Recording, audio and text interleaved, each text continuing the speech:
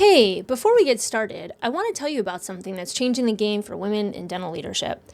It's called the Empowered Leadership Experience for Women in Dental.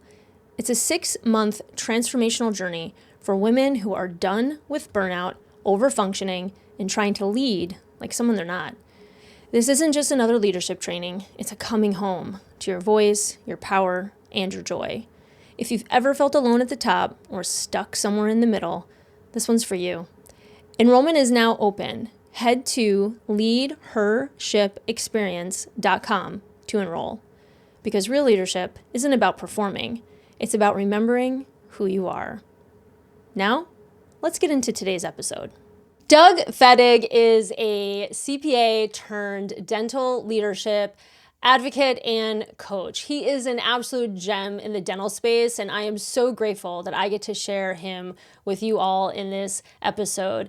During our conversation, we talk about dental leadership, what gets in the way of dentists being successful leaders, and what Doug is so passionate about in helping people live their most exceptional lives. We also talk about some critical moments in his life that transformed how he sees the world and why it's so important for people to just really embrace their lives and try to live the best possible life that they can. We also just get to riff and jam on coaching and what we both see in the space.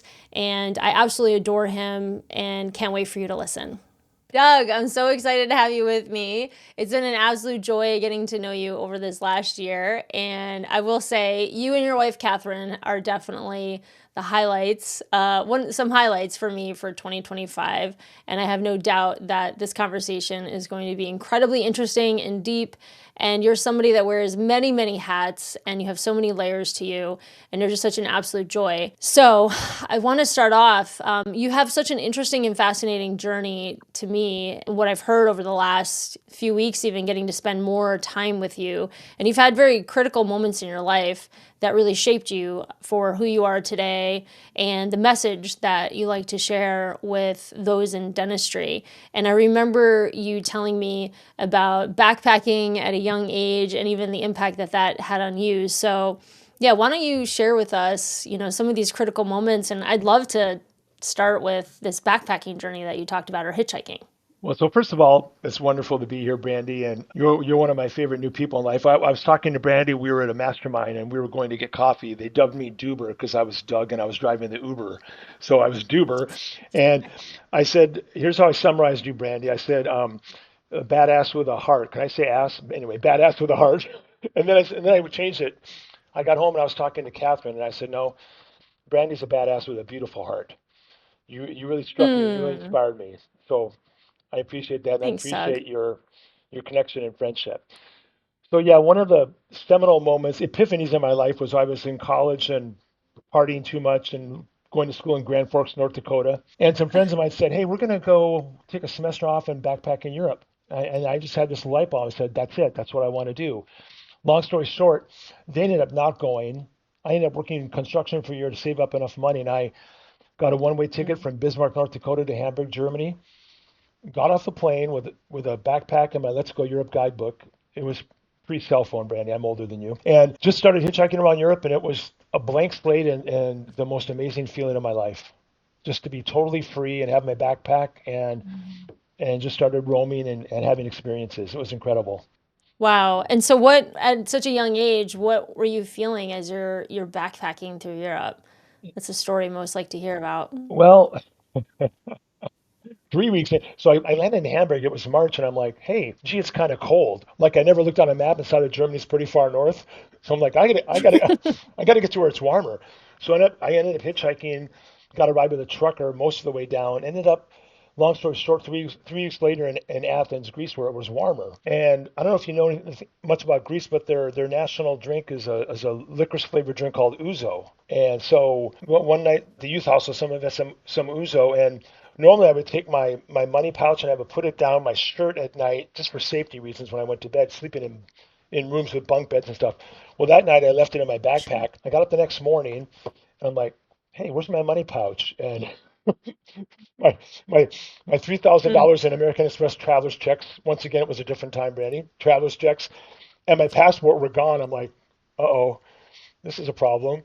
I was able to, I had my receipts in a separate place. I was able to get my traveler's checks refunded, get a new passport. But that was the low point of the trip. Waking up with no money and no identification in Athens, Greece. But you learn from those things. Yeah, that's pretty intense. That's pretty intense. That's awesome. What were some of the things like as a young man that you felt you were experiencing there that maybe you couldn't have gotten in traditional US stuff at that time? Well, just the exposure to different people and different cultures. And two things, Mhm. the realization that I had the ability to kind of interact with people at different levels and different cultures, but also appreciate that people around the world in some ways want a lot of the same things. We want to be loved, we want to have stability and security and family and friends. And so we're not really all that different.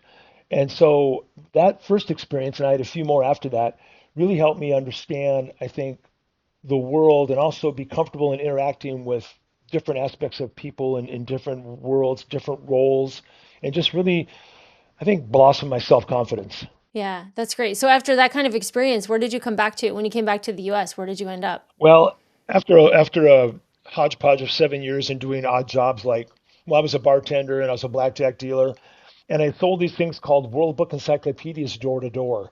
So, Oh, so yes. you, Yes. you I'm not I'm you remember not I'm World not Books? that I'm not as young as you might think, but yeah, we had those encyclopedia Yeah. door-to-door sales guys come to our place a few You times. want to face Yeah. rejection? Sell World Book encyclopedias door to door, my friend.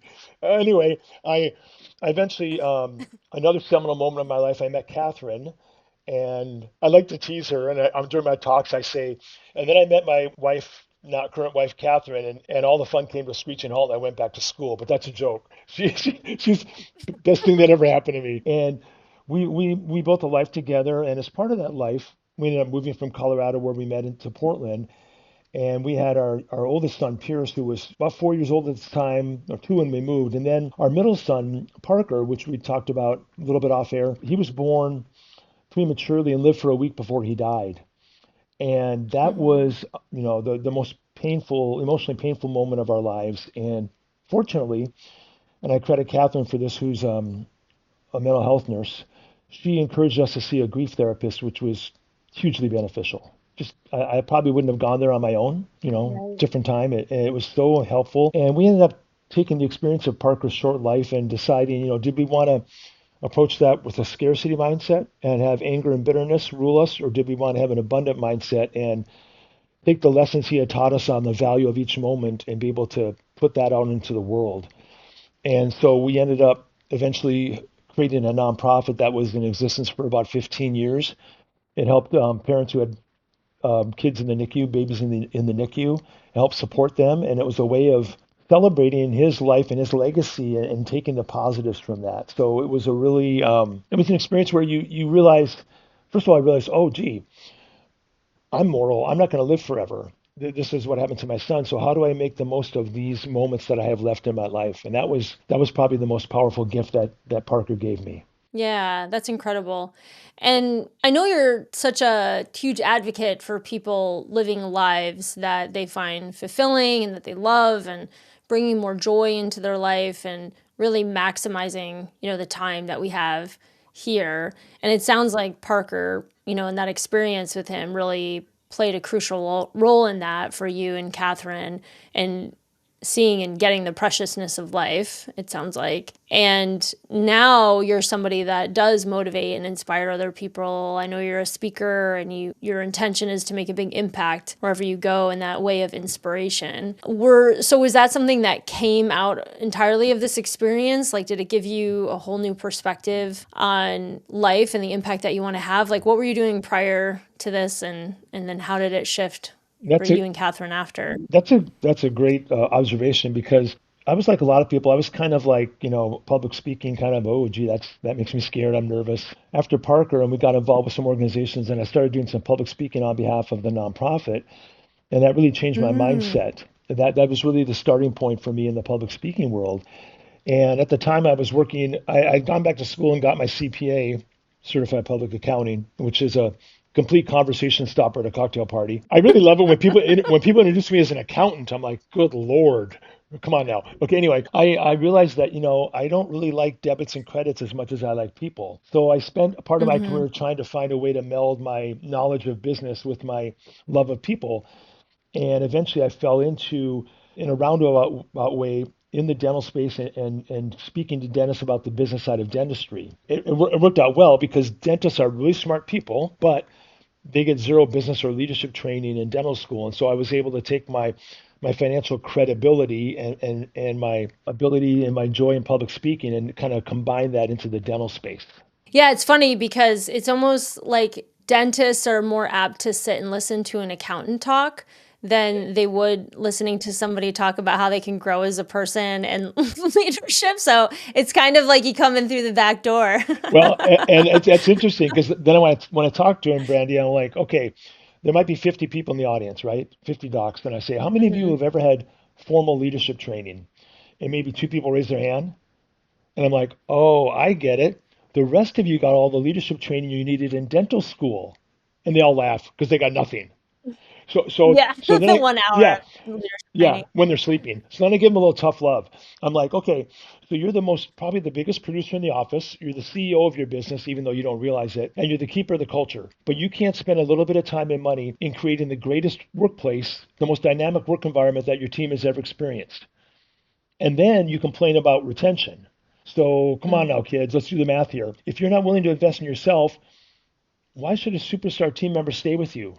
They should go somewhere else. And Mhm. so I really challenge them to say your job, in my opinion, the job of a dentist, of a dental owner, is to create the most dynamic, joyful work environment their team has ever experienced. Yeah, 1,000%. And Doug, why do you think so many dentists are so scared to dive into being, studying or learning or practicing and being the best leader they can be? What have you noticed in your tenure as for some of the blocks? I think there's a couple things. So first of all, the whole model is kind of bass backwards. So in Hmm. the real world, you maybe get a job as in a staff role, you move up to a director, VP. Maybe eventually, when you're 48 years old, you become the CEO of a business. In dentistry, you get out of school. Maybe one of your parents was a dentist, and you take over their practice, and lo and behold, you're 33 years old and you're a CEO, and you don't even know what that means. The second Hmm. component is kind of a first world problem. Most dentists are never going to be on food stamps, right? They're doing okay financially, but they're like a hamster on a wheel. They don't feel joy. They don't feel fulfilled because they're in reactive mode, but they're never going to be on food stamps. So inertia, when something's at rest to get it moving again, inertia is a powerful tool. Some of the folks in that I call it in their bubble never have that epiphany moment to try to break out of the bubble and achieve something greater than what they're doing, drilling and filling and being that hamster on the wheel. There's nothing that launches them out of that bubble. Yeah, they're comfortable, They're is what I hear you comfortable. saying. They're comfortable in They've some gotten ways. comfortable. They're comfortable financially, probably Hmm. not that comfortable emotionally. Yeah, yeah, yeah. And something I've noticed too is money can be a seductive kind of liar, where people will mistake having money or financial comfort as a way of saying I'm successful in all areas of my life and I'm doing a really great job, right? So I think it can be a little confusing for people if they feel comfortable financially to convince themselves like, oh, yeah, I'm doing it. I'm Hmm. I'm great. I don't need help. Look at this financial success I have. I'm doing great. And I think then later the chips start to fall and the emotional pain becomes a little bit too much to bear. And kind of like anything, you need to hit your own personal threshold of pain. And for everyone, that's a little bit different. Mine might be different than Hmm. yours might be different than mine. And what does that come to? For some people, it does mean losing everything financially, can be a wake up call, or it could be losing, their third or fourth, marriage partner, or, their team logging out on you or something like Hmm. that, where it's finally, because oftentimes too, I think money can cover that stuff up, right? So people that do lose relationships, right? Like Oh, romantic relationships or partnerships, they can then move on quickly if they have the resources to do it and convince themselves that they're doing okay, that, oh, it was the other person, because they're able to just move on, quote unquote, to the next thing. And so I think that too can cloud people's perception of where they need help. mhm. I think you're right. But also, I think I've talked to a number of dentists who, when that house of cards collapses, and maybe Yeah. their spouse says, I'm done. I just talked to someone recently where to them it kind of came out of the blue. How much was it out of the blue? Who knows? But that house of cards starts to collapse, and then it forces them to have a come to Jesus moment with not only their spouse, maybe their kids and everything else, and all of a sudden the big house, the vacations, the nice cars, that all starts to pale in comparison to wait a minute, what's really important in life. And hopefully it happens at a point in someone's life where they still have the ability to do a deep dive down into those emotional areas of their life and be able to, if they choose to, make some changes. Yeah. How about for you? I mean, I know obviously the impact of Parker was a profound, moment in yours and Catherine's lives. Has there ever been another moment for you where you had to wake up, and just say, hey, what I'm doing isn't working anymore, where you made a critical shift? There actually was, being a CPA, I kind of faked things for a while, and I worked in the internal audit space, which is a little more relationship based. You try to find something that doesn't suck your soul totally dry in life, right? That's what young people go through. Yeah. But then I started working. I did a little recruiting, so I was a recruiter for financial positions, and I started talking to this CPA firm, and I thought, hey, I can come on board and I can be like a business development person for you guys and connect you to CFOs and CEOs. And I talked to them for a few months, and then they said, Doug, we're just not ready to bring somebody on in this role full time. It's a new thing for us. And so, had that ended like that, I probably would have spent the rest of my career doing internal audit and, blah, blah, blah. But I said, wait a minute, because I learned stuff during my recruiting days. I said, how about if we do this?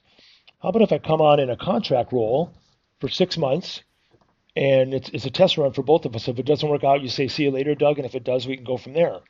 And by asking that one question, how about if I come on in a contract role and lower your risk? They said, we think that'll work. So I came on board Yeah. in a contract role. It worked out. And 6 months later, they asked me if I wanted to take over the dental niche in the CPA firm because the partner was retiring. And he had already had some speaking gigs that I was able to take over and blah, blah, blah. So just that one sentence, how about if we do a contract start to lower your risk? That changed the course of my professional career. That's really cool. And then so you got to really start working. That's what really shifted and got you way into dental. Yeah. In fact, they said, do you have any interest in taking over this dental niche? And I said, well, I've been to the dentist. I knew nothing about dentistry 10 years ago, Brandi. I mean, nothing. But I was willing to learn, Yeah. and they were willing to teach me. And so it worked out really well, and I found my groove.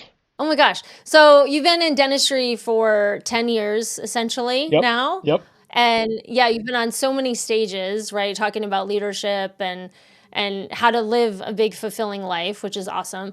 What is one of your big messages you like to share when you're at the front of the room and you're talking about leadership? The single biggest message I try to communicate to people is that your mindset in life becomes a self-fulfilling prophecy.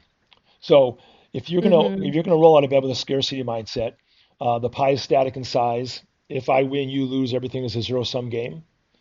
Okay. Or if you roll out of bed with an abundant mindset, that you and I can collaborate together, we can expand the pie and make both of our slices bigger. I tell people that is the single most important decision you make in your life is how you're going to approach the day. And I don't know, do you know Winnie the Pooh at all? I mean, I heard of Okay, them. my boys are into Winnie the Pooh. Okay, and Eeyore's the one that walks around Yeah. with the rain cloud over his head, right? So if you walk around in life like Eeyore, well, how in the hell do you think other people are going to react to you? They don't want to hang around with an Mm-hmm. Eeyore, right? What? Of course, bad things. No one likes me. Of course not. You're Eeyore. If you walk around with a positive attitude, and my short philosophy in life is that every moment is a legit freaking miracle. So shine your light as bright as you can. That's my mantra. So if you do Mm. that, hopefully you attract other people that also are wanting to bring light into the world. And I think that mindset becomes a self-fulfilling prophecy. It's that simple. 1,000%. And you and I had a really great opportunity to connect at a deeper level the last few days. And I want you to share too, like what what is some of your daily routine, like your morning Mm. routine? Like you just seem like somebody that really, and I got to witness some of it too. Like you start your day in a way that really sets you up for success for the day. Well, and I was really, when we were at this mastermind together, I really loved the way it started out with the pyramid and inverting the pyramid, how much time you spend work, home, yourself, because it kind of happened when COVID first started, and Catherine and I were both working remote, and Catherine, in her wisdom, said, "I think maybe we should get another dog." And our last dog had died a couple of years ago, and I'm like, okay. So she picked one out online, and they shipped the dog up from Houston. They ship dogs all over the country from Texas. We went and picked him up, and Oh yeah. a great dog. But anyway, he's very active, so he became my morning gym membership. So I started, rain or shine, started my day with a 3 to 4 mile walk with my dog, which became, I didn't realize it became my me time. When I was out there, I was maybe listening to a podcast, listening to music, enjoying nature, and also getting more physically fit. And so that started, when COVID started 5 years ago, and that was probably the biggest single routine change in my life, is starting out every day. And when you have somebody else that you're reliant on or that you're doing it for, like a dog or another person, you're much more likely to stick to the routine, right? And so Mm-hmm. once in a while Mm-hmm. that routine breaks when I'm traveling, but I'm pretty consistent with it. That's probably been the biggest single change in my life, is to start out my day that way and have that me time and have that benefit both myself emotionally and physically. Yeah, it's interesting because this last year we really invested in a lot of landscaping, and I just went crazy with planting all these perennials and everything, and I got really into it. And I did notice that the morning time became my watering time for these plants, Hmm. and it was this like kind of meditative time because it took forever, but I didn't mind it because I got out there first thing in the morning. No one was up yet. The sun was just coming up, and I'm out there and I'm with the plants. And then I did start turning it into listening to a podcast or some meditation lessons or something like that while I was out there. And I really started to look forward to it. Like every morning, it was just setting up my day. And it was like you're saying, it was this time that I really had alone with myself. And it was such a treat. And I love the early morning time too. Oh, I know, yeah, and you were even in the similar time zone. So it's not like you were on Eastern time, but you were getting up really early. And I there's good and like getting up early too, there's good but and I bad think to you that, were because pretty earlier than me. Catherine's a night person, so there's good and bad to that. But I've always been a morning person. Yeah, yeah, yeah. And there's something for those of us that are morning people, there is something incredibly special about the morning time, Oh, that's for sure. especially in the Yeah. summer when it's going to be a hot day, but you still have that tinge of coolness. Oh, fabulous. Mm, the Okay, best. okay, Brandy, I'm going to flip the script So, on you for a minute. Hang on a sec. I'm going to flip the yeah, script yeah, yeah. because this, Sure. I love asking people. So I want to ask you, and you can decide how long you want to answer it, how long you want your answer to be. But it's your podcast. What's your origin story in terms of how did you get into the dental space? Because I was curious how people got into this unique world. Oh, yeah, and I actually have a whole podcast episode dedicated to Okay. that. Actually, at the start of this whole, you can go back. I think it's episode 1. It's like, who the heck am I, and why Okay. am I doing this? It's a very long and meandering story, but in short, I had relocated back to New York City, and I was already a holistic health coach, so I Oh. was in the coaching industry, but my degrees are in geology.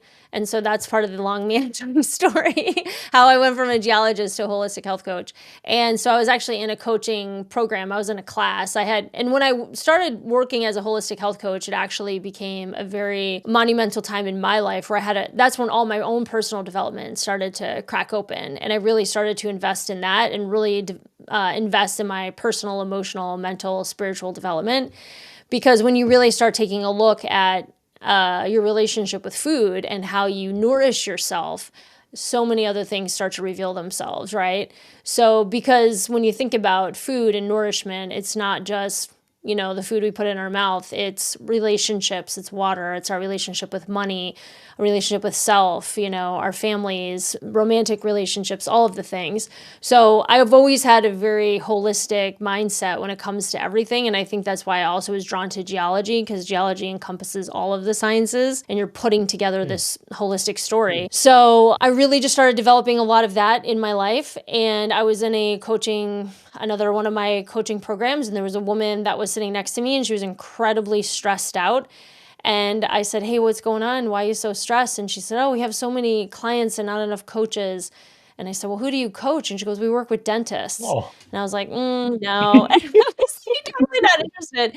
And again, I was in my mid-20s around this time. And so I was very much into, I didn't know what dentists needed coaching in, to be honest with you. And so I was like, not really my type. And she was like, no, there are people too, and we coach them on their personal development and team and all of this. And she's like, it's not clinical. And I was like, well, tell me more. And I was at a crossroads in my life. I was either going to move out to California and start a whole commune with some friends out there, or I was going to try to figure it out in New York City still.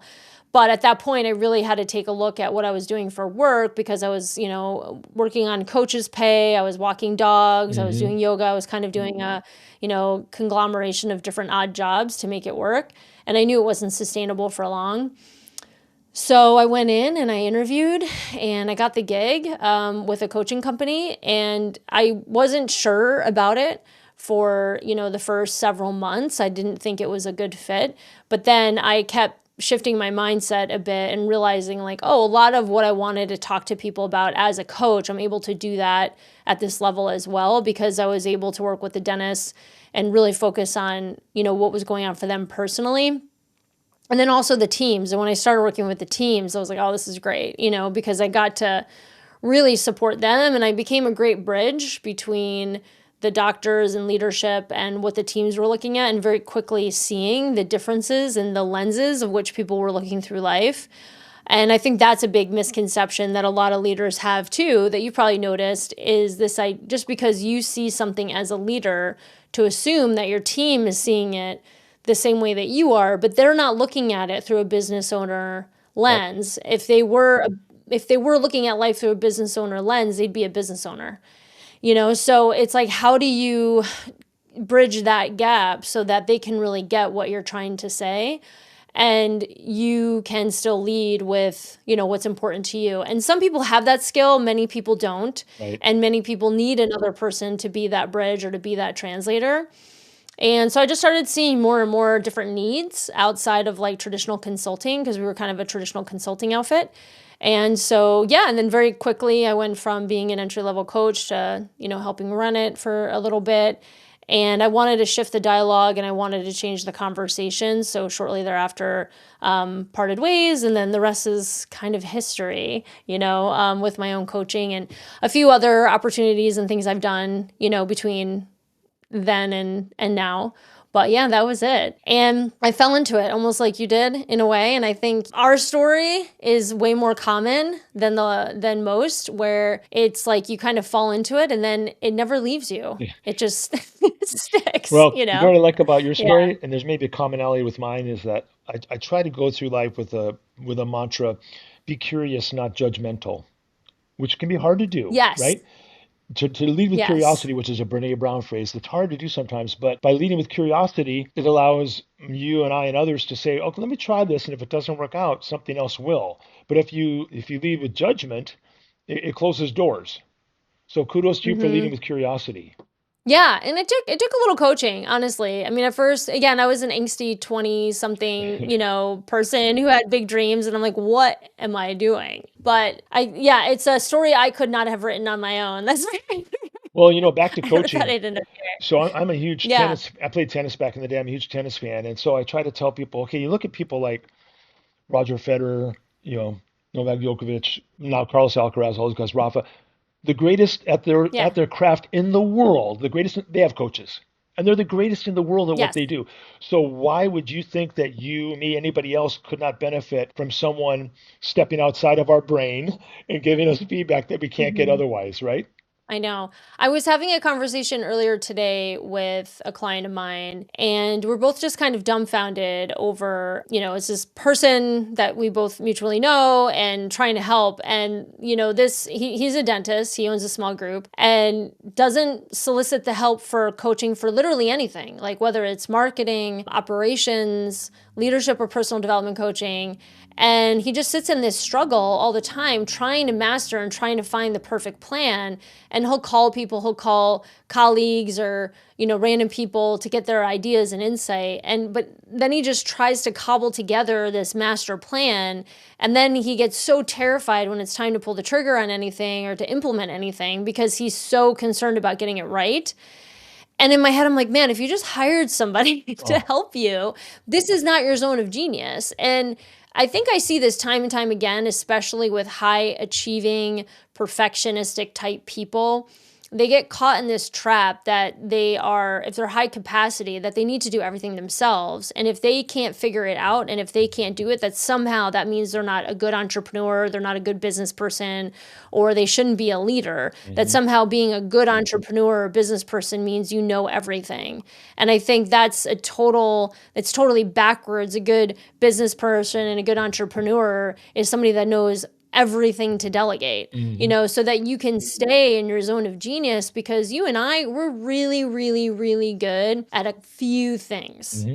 We're decent at a lot of things and we're mediocre at mostly everything else, And so to just admit like, hey, I'm not an expert in this stuff. And I'd much rather hire an expert or somebody else who this brings them joy and this lights them up, and you can move through stuff so much faster. And I think that's one of the gifts of coaching too that you're referencing, which is, yes, you can figure it out on your own. You can learn to be a good tennis player. But I bet if you had an amazing coach, you become a really great tennis player a lot faster, right? So it's like helping you tweak the things sooner. Like I just hired a trainer. I've been talking about this lately. And I've been working out my entire life. I was a young athlete and I've just stayed in fitness. It just is it's the fabric of who I am. I can't imagine a life without, working out or moving my body. And as you get older, things change. And so I have been doing all this working out still, and I started feeling aches and pains, and I couldn't figure out why I was feeling all these aches and pains. And I just took on that, it must be hormonal. It's my age. That's what they say happens. And I'm getting fed all this external information about why I could have aches and pains. And I'm thinking, I must need protein, or I need more creatine, or I need this supplement or that supplement. You're trying to self-diagnose, right? And I think that's what a lot of leaders do, is they try to self-diagnose, like not just themselves, but their teams, their businesses, all that stuff, right? So finally, I was like, you know what? I am so sick and tired of trying to put together a workout plan, because I'm not getting the results that I used to get when I was in my 20s and 30s. That I know is true. You can't lift the same if you're looking for the same outcome. So I'm like, I'm tired of figuring, so much of my brain power is spent trying to come up with these workout plans. So let me just hire somebody and just tell me what the frick to do, right? So I hired this lady. I explained everything to her. She's amazing. She's wonderful. And we do it remotely. She's actually in Denver, in Colorado. And so we do videos back and forth. And the first session, I'm meeting with her over on Zoom. And I started doing some of my lifting. And she was like, whoa, whoa, whoa. Your form is terrible. You're like, what? And I was like, what? My form? Me? Are you kidding me? I know what I'm doing. I know. And I didn't realize that I was just tweaking my back like a little bit when I was bending over doing some of these lifts. And what I found was so fascinating is the body starts to, over time, right? We tighten up a bit, this and that. And so our form starts to deteriorate without us even realizing it. And all it took, Doug, after years and probably thousands and thousands of dollars of trying to figure out like the best workout regimen for me, it came down to my form. Right? And I never would have guessed my form in a million years, right? And I just had to push my butt out a little bit more and arch my back a certain way and do something else. And like, that was it. Night and day difference. No more pain. Yeah. Something simple, but something you were probably never going to be able to diagnose and fix on your own. Exactly. And it just took her observing me, because she had the expert eye. She's got the trained eye. Like you have the trained eye, right? I have the trained eye. So she has a trained eye through her lens, saw it, diagnosed it immediately. And now she's like, has all these workout plans for me and they're working perfectly. But again, so many of us go around trying to self-diagnose without the training, and we screw ourselves. Yeah, right? I have a theory too, and see what you think of this. I think a lot of people, and I can relate to it after Parker died, and I never would have considered going to a therapist without Catherine's suggestions. But I think sometimes people, they realize that if they go down that path, it's gonna lead to change and self growth, but they mix in that's I'm scared of that. It's gonna require I don't know pain or something on my part, emotional pain. I think sometimes people are afraid of going down that path of self discovery because it Hmm. does involve work. It involves emotional work, Yeah. and some people I think don't want to go there. They just don't want to Yeah. go And there. that's okay. I think it's okay. Yeah, if people don't want to go there, that's okay. And even if it's, not necessarily through the coach or, an Hmm. actual therapist, right? Or a psychiatrist or something like that, Hmm. like everyone has their own path for sure. And if somebody's really, really hesitant in going somewhere, I think it's safe and okay to trust that. It just depends on, at what cost or how long do you want to sit in that Right. pain. And it's up to each individual, Well, right? I try to Of when explain to that people happens. the freeing thing about therapy is that normally when you're talking to your partner or a friend or something, there's this chip in your brain where you're doing some self-censoring because that's just how we work, right? But then when you go to a therapist, okay, you're paying them, you can say whatever you want. Seriously, that's the cool thing about it. Let's be honest, Hmm. they don't they don't know you like anybody else in the world, nor should they. So they should be able to give you completely unbiased feedback. You should be able to say the most horrible things in the world to Hmm. them because it's free. You can do that if you want. It's not going anywhere else. Yeah. And Yeah. where else do you have that permission? Yeah. You don't. Right. Yeah. Like a safe space to do that. Yeah. I think that is really critical, like you're saying, where people can have those safe spaces where they can really share and be seen and be witnessed. I think there's definitely a hunger for people to be seen. I think there's a bit of an epidemic in that. And so I think that's one of the beautiful things about coaching and even being in communities with people or even going to a therapist or something like that is having, being your authentic self and somebody seeing you for who you are and accepting you. Yeah. I think that's one of the greatest gifts You, for you, people is to be seen and accepted. you touched on something, and I firmly believe this, the power of outsourcing, because I think the single greatest reason Hmm. why a small business owner doesn't grow is because they're afraid of giving up control. Yeah. I met a dentist one time after an event, and he said, "Yeah, I spend 6 hours on Sundays putting entries into QuickBooks." And I'm like, "Good Lord, bro, pay somebody 25, $30 an hour and review them. Why are you killing yourself and your family time?" I mean, so I tell Yeah. dentists, you want to outsource ruthlessly, not just to experts into your team. Anything that doesn't give you joy or provide value. Hmm. There's two things you probably can't outsource: doing dentistry directly, maybe until you get to a certain point in your career, and you can't outsource leadership. Those are two things but everything Right. else, outsource as much as you can, and your life is going to all of a sudden feel simpler and more full of joy and more effective. But Yeah. if you have that perfectionistic crutch, that I think the word perfection should be banished from not only the English language but every language because people use it as a crutch. Yeah. It's a figment of our imaginations. It doesn't exist, and Yeah. people use Yeah. that as a fallback. Yeah, I agree with you 100%. Well, Doug, what would you say? What would you say to a young leader out there now who, perhaps is just starting off their career and they're trying to be the best leader that they can be? So what would your suggestion be to a young aspiring leader? I guess my suggestion would be to approach your world with a curious mind and be willing to reach out to other people. There's people like myself. Okay, I'm old. Okay, so but I love being able to talk to younger people and provide perspective. And there's people out there that were in their shoes many years ago, right? And so if someone reaches out to me and says, "I'd love to chat, Doug, or get together for a cup of coffee," to me it's a way of giving back a little bit because there were other people that helped me during my career. And so I think if Hmm. you're young and if you just take the initiative to say, I'd love to learn from you, I'd love to spend a little time, whatever, by doing that, just having that abundant mindset, it becomes a beautiful snowball effect in someone's career, in someone's life, regardless of what industry you're in. Yes, I love that. Yeah, and that's a great way to override the perfectionism trap, which is to be curious, Yes. Yeah. right? Yeah, Yeah, I see it choose all. wonder. I see it Yeah. all the time, and I talk to people like when you get down in the weeds of, well, I want to get some digital technology, but I'm waiting for them to perfect the technology. I'm like, really? I said, are you waiting for them to perfect? You waiting for them to protect the iPhone before you even change up from your flip phone? Of course not, I know. because you know Yeah. that in that case you understand that technology just keeps improving. There is no Hmm. perfection, and it's the same way in other aspects of your life. There's no such thing as perfection. There's personal growth, and if you If you're stymie personal growth because you're waiting for perfection, well, there's no end to that. You never get out of Yeah, that loop. yeah, you'll be stuck.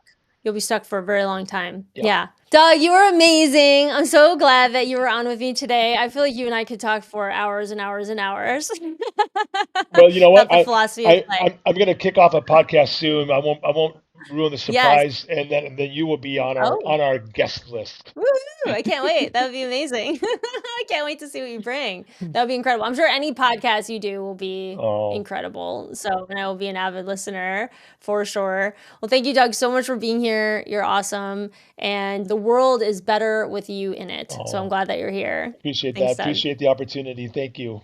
You just listened to the Real Talk of Dental.